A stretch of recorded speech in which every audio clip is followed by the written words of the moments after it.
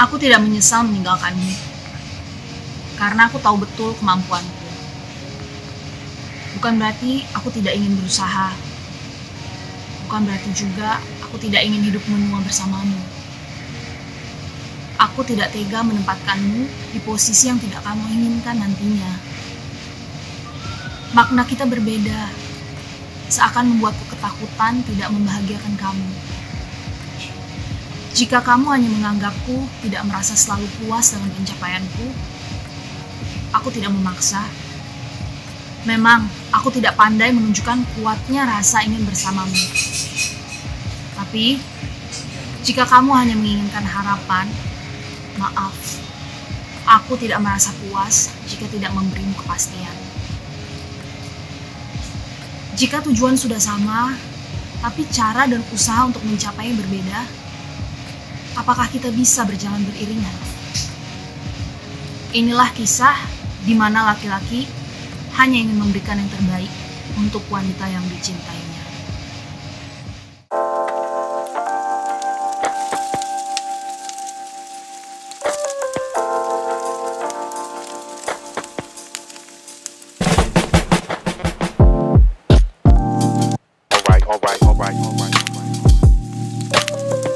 Hai anak malam, ketika hidup lo udah terlalu sibuk dengan karir dan pekerjaan dan segala sesuatu terasa berjalan begitu cepat, mungkin ada kalanya lo harus bersantai sejenak dan meluapkan segala macam emosi lo. Jadi di sini langsung aja kita rehat sejenak. Yoi banget, barengan Chris berbicara dan gue Libra Akila. Seperti biasa selama 1 jam ke depan kita bakal ngobrol barengan sama lo semua nih anak malam yang masih pada stay tune. Buat anak malam semua yang pengen curhat, yang pengen cerita, kalian bisa langsung follow dan cerita via DM di Instagram di @rehatsejenak_id_.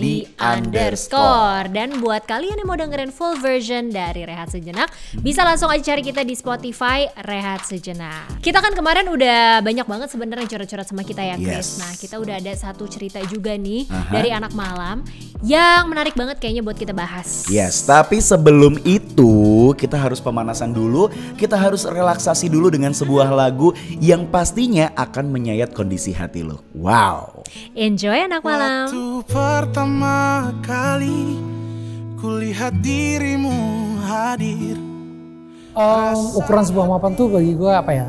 Mungkin karena tujuan seorang laki-laki adalah menghidupi sebuah keluarga. Jadi gue memastikan gue berhasil di diri gue sendiri sebelum gue akan menikahi anak orang lain. Mapan menurut gue. Yes, anak malam balik lagi barengan gue Chris berbicara dan juga gue Libra Akila. Dan pastinya kita masih ada di dalam Rehat Sejenak. Dan tadi kalau Libra udah sempat bilang, hari ini tema kita adalah apa sih arti mapan? Definisi mapan KBBI. Yang keluar adalah mapan artinya baik, tidak goyah dan stabil. Baik, tidak goyah dan stabil. Itu adalah arti mapan, right? So langsung aja kita udah terhubung sama salah satu teman kita yang saat ini pengen curhat, yaitu Ari yang udah ada di ujung line telepon dan belum tidur di jam segini. Langsung aja Ari. Halo Ari. Halo Kak Kris, halo Kak Libra. Hai. Apa sih yang lagi kamu pikirin sekarang Ri? Kalau sekarang sih karena umur udah segini ya, udah cukup dewasa. Jodoh sih. Kayak lebih ke kok sampai saat ini kok gue belum nemu yang pas ya. Ada yang pas tapi gue ditinggal, ada yang pas tapi ternyata ada beberapa problem internal kayak gitulah. Gue pengen kayak pacaran dulu gitu. Banyak orang yang kayak apa sih lagi ngetren sekarang pada ta'aruf. Kalau gue pribadi gue nggak bisa gitu karena kan kita menikah tuh bukan yang untuk berkali-kali, untuk sekali seumur hidup gitu. Gue pengen kayak kenal satu sama lain. Oke. Segitu pengaruhnya kah usia kamu ini, kemudian kamu jadi kepingin cari jodoh atau malah kebalikannya atau gimana? Ya, atau mungkin ada faktor lain, yaitu mungkin tekanan dari keluarga misalnya gitu. Atau society, ada gak sih kayak gitu? Kalau tekan dari keluarga sih lumayan ada. Dulu tuh ini loh Kak, dulu tuh Firman udah pernah nemu yang pas nih, udah pernah nemu yang cocok, kayaknya sih udah oke gitu. Gue ketemu nyokapnya, gue udah kenal keluarga, even keluarga besarnya gue udah tahu siapa dia. Udahlah kita pacaran seperti biasa. dan makin lama tuh gue ngerasa boring gitu sama dia, karena kita pacaran hampir 2 tahun itu nggak ada berantem sama sekali. Bahkan bisa ada berantem paling cuma debat-debat kecil doang, dan 2 tahun itu bisa dihitung pakai 1 tangan doang. Gue sedikit bosen karena gini, yang gue bosen adalah bukan ribut yang berantem, sebenarnya kayak tukar pikiran gitu loh. Debat kan kita jadi tukar pikiran kan, walaupun pakai otot gitu menurut gue. Jadi tahu juga sisi satu sama lain. Nah, walaupun kata orang kayak cinta itu take and give gitu, nggak selamanya give aja. Tapi nggak tahu kenapa kalau gue cowok kayak anjir, gengsi aku gue dibayarin, atau gengsi gue nggak ngeluarin, kayak gue yang nggak memberi gitu. Udah akhirnya gue jalanin lah sama dia.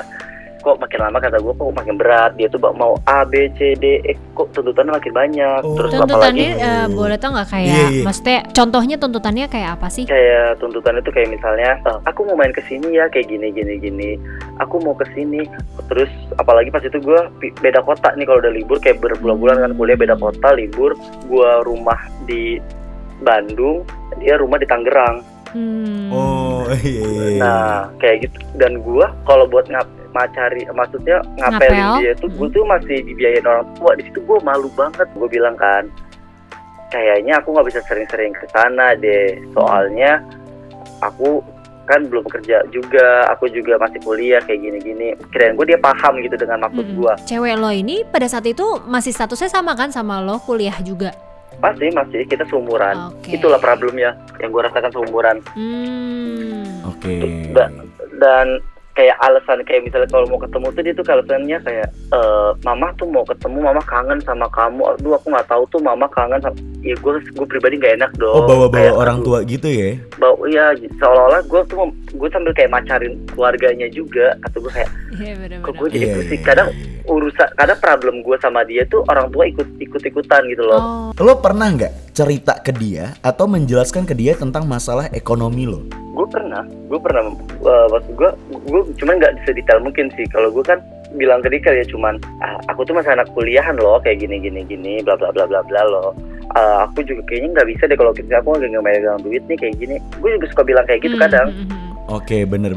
Gue suka jualan gitu kan, gue suka kayak bisnis lah kasarnya gitu. Akhirnya gue bisnis tuh makanan, ditambah lagi emang gue kan bisa masak lah. Gue bisa masak, ya udah akhirnya gue berjualan situ, kayak uang jualan gue habis buat pacaran doang kasarnya kayak gitu. Cuannya sampai modalnya apa untungnya juga habis? Habis untungnya sih, untungnya habis. Tapi kan ceweknya juga beberapa kali suka nraktir ya, iya nggak sih? Cuman Arinya sendiri yang nggak enak, Arinya sendiri yang kayak ya namanya juga mungkin di situ ada pride segala macam. Mungkin kalau bagi ceweknya, misalkan dia ngerti aja dengan kondisinya Ari, which is kayak totally understandable, dan mungkin itu yang dia rasakan sama kita semua waktu kita lagi kuliah ya kan. Cuman ceweknya mungkin ngerasa oke, solusinya kalau gitu gue aja yang traktir gitu ya kan. Cuman terus dia ya nggak, mungkin ada efeknya kan, ceweknya nggak mikir kalau ternyata ada efeknya juga di Arinya juga jadi nggak nyaman gitu. Suatu saat bokap itu datang, kayak bokapnya nyamperin kayak menyinggung-nyinggung hal kayak, wah berarti nih mah udah siap nikah nih, udah bisa masak bisnis lah apa. Dari awal gue punya firasat ini cewek pasti bakal nikah, ya bakal cepet nih, cewek bakal nikah cepet, gue yakin sih seperti itu gitu. Akhirnya sampai ada singgungan seperti itu, ya udah tuh dari situ gue mulai mikir apa gue putusin daripada semakin lama semakin berat kalau gue tinggalin gitu kan. Bener, makin dalam lama-lama. Makin dalam perasaan gue, semakin susah lagi. Itu gue mikir aja kurang lebih kayak 3 bulanan gue mikir gitu, gue perhatiin kayak gimana. Terusnya gue, gimana ya. Akhirnya gue coba untuk ngomong ke dia di hari itu kan. Gue inget banget itu seminggu sebelum tahun baru. Gue bilang kayak, aku udah pikir panjang ini, kayaknya kita nggak bisa lanjut, gue bilang. Karena aku tuh mau fokus kerja dulu. Gue bilang aku tahu kamu tuh bakal nikah cepet, kamu tuh pasti beres kuliah nggak lama kamu bakal nikah. Aku nggak sanggup, aku tuh belum mapan. Pokoknya gue ucapin say thank you ke nyokapnya, ke bokapnya, ke abangnya juga gue ucapin. Udah, akhirnya gue berpisah. Nyokapnya juga, oh iya nggak apa-apa, ya gitulah, kayak nggak apa-apa, kamu juga semoga sehat bla bla bla. Dari situ sih kita putus. Bahkan gue pernah main ke rumahnya gitu, sama nyokap gue juga udah main ke rumahnya, kayak cuma ngobrol-ngobrol santai. Gue bilang juga ke mantan gue ini kayak, aku tuh kalau bisa maksudnya mapan dengan cepat, apa aku bakal nikahin kamu kok, kita bakal cepet-cepet aja, nggak usah lama-lama. Gue tuh bakal ngomong kayak gitu, cuman aku nggak bisa janji. Ya udah, kamu ngelakuin hal yang kamu suka aja dulu, kayak gitu. Akhirnya dia merit, gue diundang. Ih, gokil sih. Wow. gue karena kan emang udah kenal baik kan keluarga. Dan lo datang. Dan gue datang. Terus perasaan lo, Ri, kalau kita boleh tahu nih ya, ketika lo dapet undangan itu, apa yang pertama kali terbesit dalam otak lo? Terbesit adalah, nah bener kan nikah muda? Oke.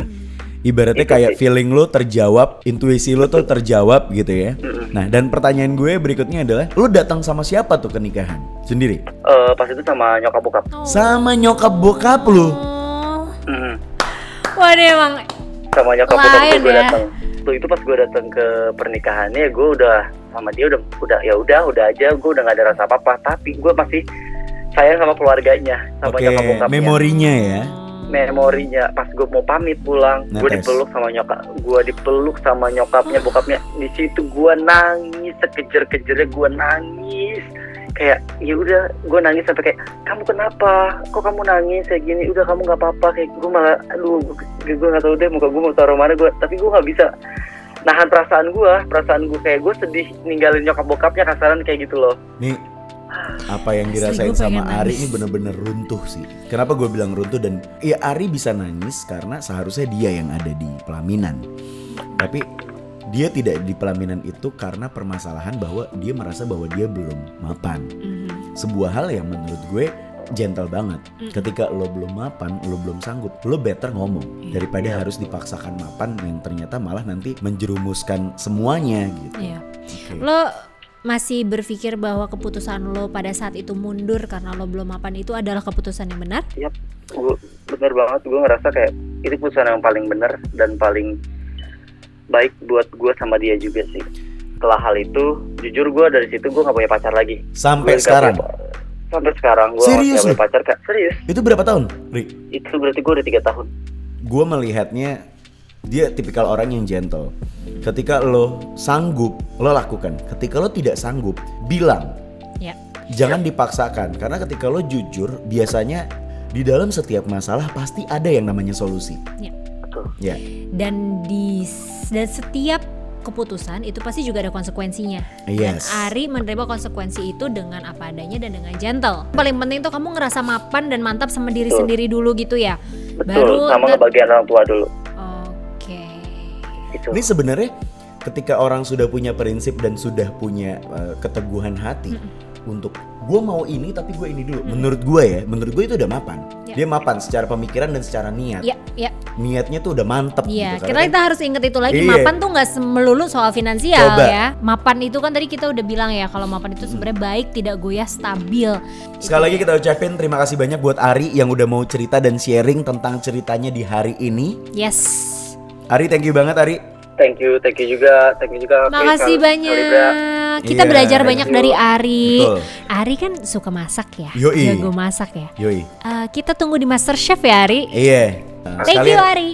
Iya, thank you Ari. Bye-bye. Bye. Ya. Tapi balik lagi ya, anak malam, dan juga semoga mungkin Ari masih ngedengerin juga. Kalau kita bicara soal apa yang baru kita dengar, memang sering kali terjadi. Bagusnya adalah Ari berani untuk jujur. Ari berani untuk mengambil keputusan, which is dia berpikir berpisah atau 3 itu selama 3 bulan lamanya. 24 jam kali 90. Bukan waktu yang sebentar. So, mungkin ini bisa kita ambil pelajarannya dari Ari. Pelajaran yang kita dapat adalah ketika kita ada dalam kondisi tersebut, jalan terbaik satu-satunya menurut gue adalah jujur. Dan apa yang dilakukan oleh Ari adalah hal yang luar biasa. Dia mau ngambil sebuah keputusan, dia pikirkan selama 24 jam kali 90 hari, atau dalam kata gampangnya 3 bulan lamanya. Setelah dia berpikir, setelah dia matang, dia ngomong, dia jujur, akhirnya dia berani untuk mengambil keputusan. Lebih baik jujur. Kalau kita sanggup, bilang sanggup. Kalau tidak, cari solusinya bersama-sama. Betul sekali. Biasa. Oke deh. Seru banget ya sharing kita hari ini. Seru banget hari ini. Dan jangan lupa buat kalian yang pengen dengerin full version dari Rehat Sejenak, langsung aja datang ke Spotify, Rehat Sejenak. Dan kalau kalian mau curhat-curhat apapun itu, sharing sama kita langsung aja via DM di Rehat Sejenak ID _ Ataupun kalian yang pengen kenal kita secara personal, langsung aja ke @Chris_berbicara dan @libra_akila_. Yes. So guys, anak malam, kita bakal ketemu lagi di episode berikutnya. Dan sebuah tembang penutup di episode kali ini. Asik. Ini lebih dari asik sih kayaknya. Apa tuh? Syahdu. Syahdu. Goodbye anak malam. Enjoy this one. Bye bye. Hari pecah hari sih. Aku tak tahu harus gimana lagi untuk. Nah, aku kan sebenarnya juga udah nikah. Nah, kalau menurut pengalaman aku sendiri, sebenarnya nikah itu menurutku bukan goal dari segalanya gitu, tapi lebih ke gimana kita berkomitmen aja, berani ambil komitmen dengan pasangan yang memang kita cintai dan memang kita udah siap gitu untuk hidup bersama sampai ajal gitu ibaratnya. Berbeda, beriku kesan.